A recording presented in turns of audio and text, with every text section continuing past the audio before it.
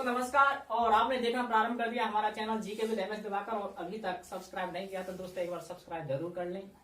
और हमने बात की थी प्रजामंडल की, राजस्थान प्रजामंडलों की, और इनमें 14 प्रजामंडल हम पिछली वीडियो में बात कर चुके हैं, उनके संस्थापक और उनकी स्थापना वर्ष है।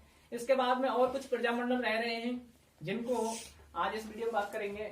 तो जयपुर प्रजामंडल, ये 14 प्रजामंडल के अलावा और प्रजामंडल है, जैसे एक बूंदी प्रजामंडल,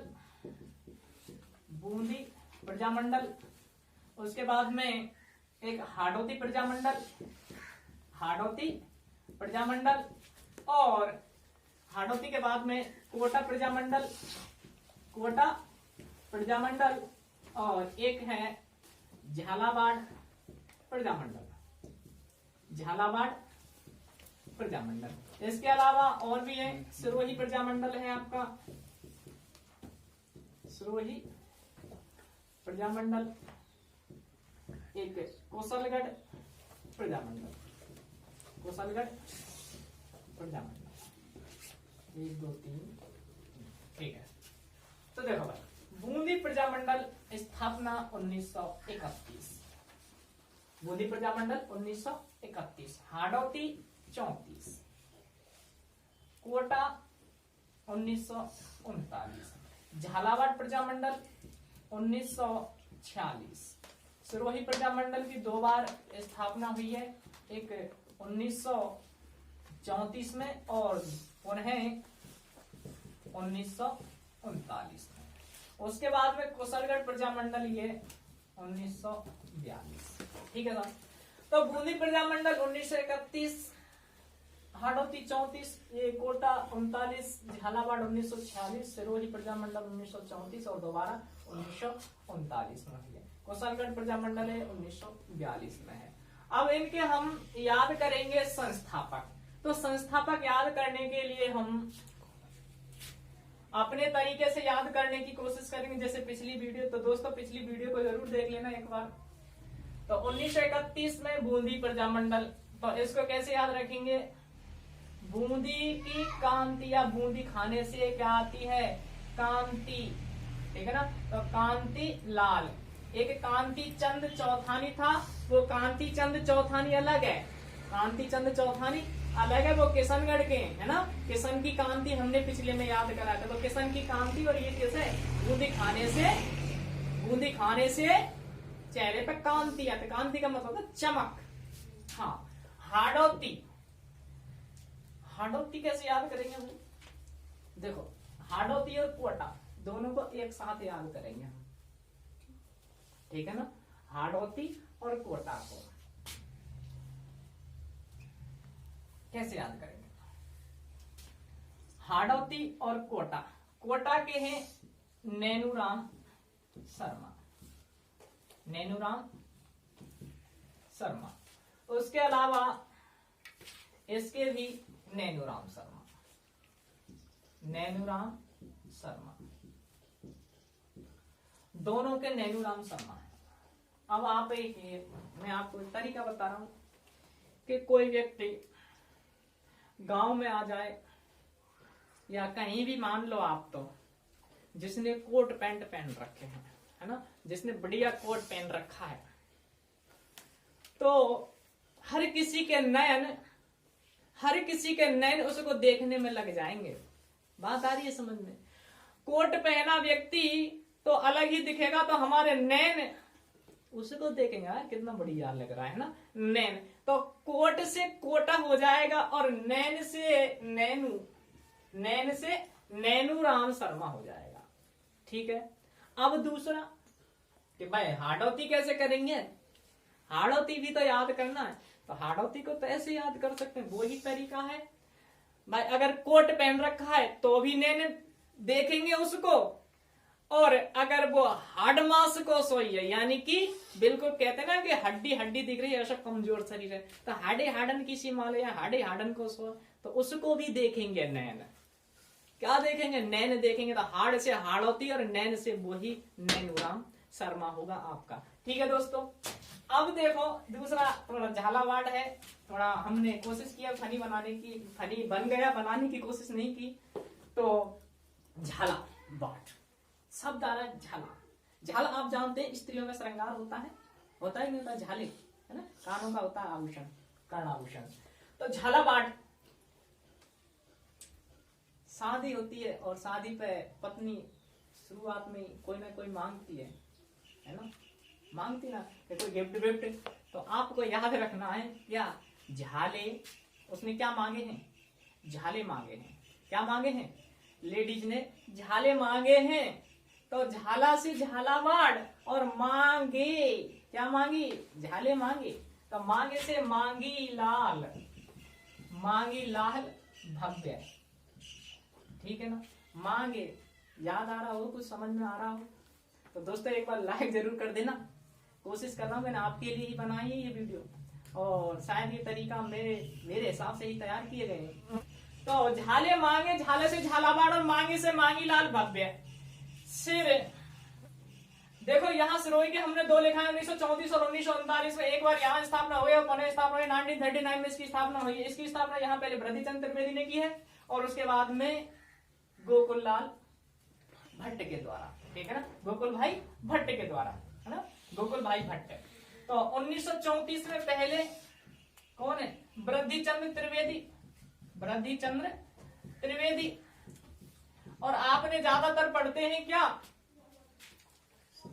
पढ़ते हैं, गोकुल भाई भट्ट, गोकुल भाई भट्ट।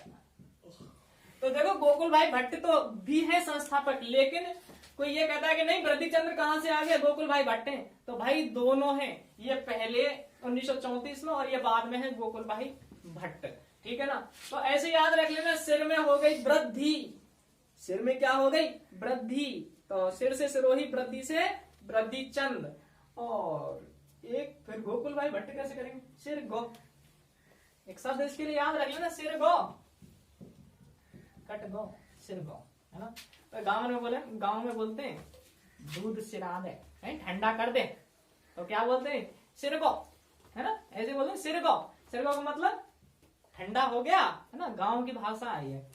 तो सिरमा ने सिर और गोकुल से गोकुल भाई भट्ट हो जाएगा, है ना। उसके बाद में ये कुशलगढ़ प्रजामंडल है, तो इसमें याद रख लेना भमरा कुशल है, भंवरलाल निगम भाई, और याद कर लेना सोनू निगम से सिंगर, कैसे भी रख लेना।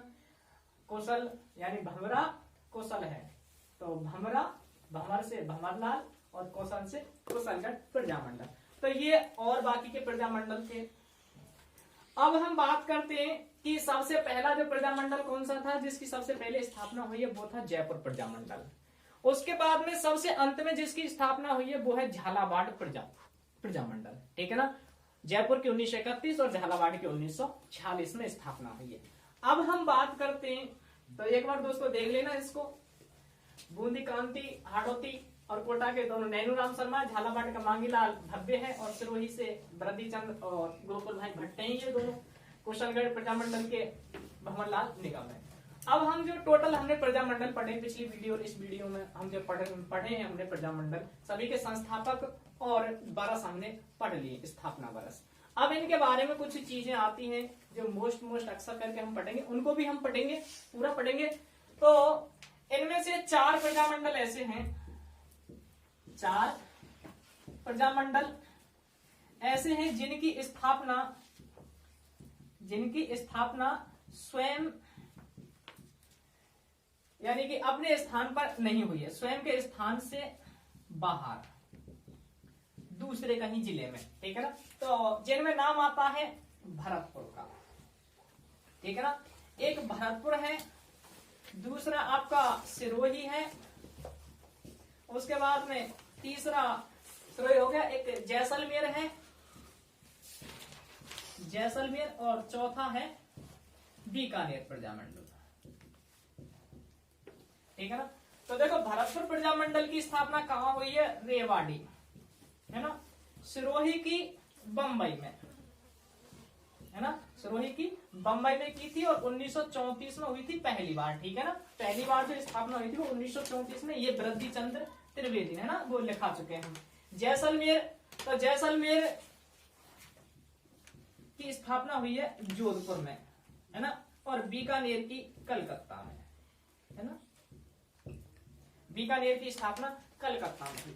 तो थोड़ा सा इनको भी देख लेना, भरतपुर की रेवाड़ी में है, सिरोही प्रजामंडल की बंबई में है, और जैसलमेर की जोधपुर में, और बीकानेर की कलकत्ता में स्थापना हुई है। ये 4 प्रजामंडल हैं जिनकी स्थापना अपने रियासत या अपने क्षेत्र में ना होकर किसी दूसरे जिले या दूसरे रियासत में जिनकी स्थापना हुई है, दूसरे स्थान पर हुई है ना। जिसमें से आपके 3 तो ऐसे हैं जो आउट ऑफ राजस्थान है, एक अपना जैसलमेर है वो अपने राजस्थान में ही, लेकिन जैसलमेर वो जैसलमेर में ना होकर के दूसरे रियासत कह सकते हैं ना, तो उसमें जाकर के स्थापना हुई है। इनकी एक एक की बात करेंगे हम, डिटेल में बात करेंगे। अभी तो हमने ट्रिक पढ़ी, लेकिन पहले ज्यादातर जो कंफ्यूजन होता है, याद करने में परेशानी होती है, वो इन संस्थापक और इन प्रजामंडलों के स्थापना वर्ष में ज्यादा होती है। तो अगली बात करें, जयपुर, सबसे पहला प्रजामंडल कौन सा है? जयपुर प्रजामंडल, है ना। तो जयपुर प्रजामंडल की बात कर लेते हैं, बता दूं।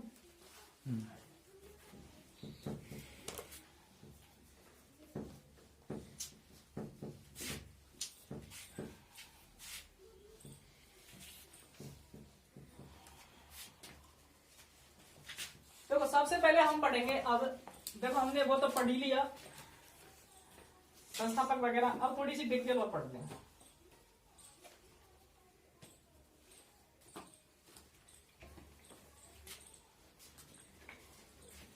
जयपुर प्रजामंडल संस्थापक कौन थे? कपूरचंद पाटनी थे पहले, उसके बाद में जमनालाल बजाज हैं, और फिर जमनालाल बजाज के साथ में हीरालाल शास्त्री रहे हैं, ठीक है ना। तो जयपुर प्रजामंडल, जयपुर प्रजामंडल की फर्स्ट बार स्थापना, पहली बार स्थापना 1931 में हुई। उसके बाद किसने की? कपूरचंद पाटनी ने की थी, आपको मैं लिखा चुका हूं, कपूरचंद पाटनी। उसके बाद में सेकंड बार स्थापना इसकी जो हुई है वो कब हुई है? 1936 में हुई है। किसके द्वारा? जमनालाल बजाज। लिखाया था हमने जयपुर की जमुना कपूर ने, है ना, जमनालाल बजाज के द्वारा। और इनका जो साथ दिया था वो किसने दिया था? हीरालाल शास्त्री, ठीक है ना। किसने दिया था? हीरालाल शास्त्री। राजस्थान के पहले मुख्यमंत्री हैं, राजस्थान के पहले मनोनीत मुख्यमंत्री कौन है? हीरालाल शास्त्री हैं। इसके बाद में इसकी जो गतिविधियों में नाम आता है, एक है मोतीलाल दिवस। मोतीलाल दिवस कहाँ मनाया गया? क्योंकि दिवसों याद रखना दोस्तों, पटवार एग्जाम और इनमें ज्यादातर ये दिवस पूछे गए हैं, कौन सा दिवस किस रियासत में या किस प्रजामंडल में मनाया गया। तो चाहे वो रियासत आ जाए या प्रजामंडल आ जाए, तो गतिविधियां प्रजामंडल के अंतर्गत रही है, लेकिन रियासत में ही तो होंगे वो, तो रियासत भी दे सकता है। तो मोतीलाल दिवस है ये 1931 में जयपुर रियासत में मनाए गए। अब देखो 1942 का आंदोलन चला था। 1942 में आपको पता है भारत छोड़ो आंदोलन चला था, है ना, भारत छोड़ो आंदोलन। और उसके दौरान यानी कि कह सकते हैं अंग्रेजों का शासन था। तो यहाँ पर एक नाम आता है जेंटलमैन एग्रीमेंट, जेंटलमैन एग्रीमेंट। तो जेंटलमैन एग्रीमेंट की बात करें तो ये जयपुर रियासत से किया गया था जेंटलमैन एग्रीमेंट। और जयपुर रियासत की तरफ से थे मिर्जा इस्माइल खां, मिर्जा इस्माइल खां, जिन्हें आधुनिक जयपुर का निर्माता कहा जाता है, वो है मिर्जा इस्माइल खां। और दूसरी तरफ है हीरालाल शास्त्री, हीरालाल शास्त्री। तो देखो हीरालाल शास्त्री, तो ये तो हम कह सकते हैं जनता की तरफ से, और ये रियासत की तरफ से। तो आपको पता है कि भाई प्रजामंडलों की जरूरत क्यों पड़ी थी? प्रजामंडलों की जरूरत यानी प्रजा ने अपना संगठन क्यों बनाया? प्रजा ने या जनता ने अपने मंडल या संगठन क्यों बनाए? ये मंडल वही तो है प्रजामंडल। तो वो यूं ही थे कि राजा महाराजा ज्यादा परेशान करें या कोई या उन तक अपनी बात पहुंचाने के लिए ही तो इन्होंने अपने संगठन बनाए थे, वही प्रजामंडल कह देते हैं उनको हम आज। तो इन मिर्जा इस्माइल खां और हीरालाल शास्त्री इनके मध्य एक जेंटलमैन एग्रीमेंट हुआ था। और कब? 1942 में। 1942 में एक आजाद मोर्चे का और गठन है, ठीक है ना, आजाद मोर्चे का गठन। तो यहाँ मिर्जा इस्माइल खां MI रोड भी है, ठीक है ना, हाँ इन्हीं के नाम पर है मिर्जा इस्माइल। इनके मध्य समझौता है, उसी को हम जेंटलमैन एग्रीमेंट कहते हैं। ये पूछा भी जा चुका है कि जेंटलमैन एग्रीमेंट किस रियासत में हुआ था, तो वो जयपुर रियासत में हुआ था। कई बार क्वेश्चन पूछा गया है, अच्छा क्वेश्चन है। और दूसरी तरफ थे हीरालाल शास्त्री।